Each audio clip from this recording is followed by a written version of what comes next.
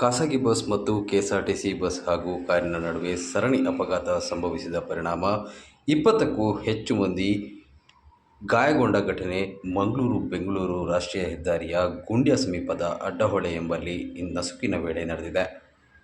ಬೆಂಗಳೂರು ಮೂಲದ ಕಾಲೇಜು ವಿದ್ಯಾರ್ಥಿಗಳು ಕುಂದಾಪುರಕ್ಕೆ ಪ್ರವಾಸಕ್ಕೆಂದು ತೆರಳಿ ಹಿಂತಿರುಗುತ್ತಿದ್ದ ವೇಳೆ ಚಾಲಕನ ನಿಯಂತ್ರಣ ತಪ್ಪಿ ಖಾಸಗಿ ಬಸ್ ಪಲ್ಟಿಯಾಗಿ ಕೆಎಸ್ಆರ್ಟಿಸಿ ಬಸ್ಗೆ ಡಿಕ್ಕಿ ಹೊಡೆದಿದೆ. ಈ ವೇಳೆ ಹಿಂದಿನಿಂದ ಬರುತ್ತಿದ್ದ ಕಾರೊಂದು ಕೆಎಸ್ಆರ್ಟಿಸಿ ಬಸ್ಗೆ ಡಿಕ್ಕಿ ಹೊಡೆದು ಸರಣಿ ಅಪಘಾತ ಸಂಭವಿಸಿದೆ.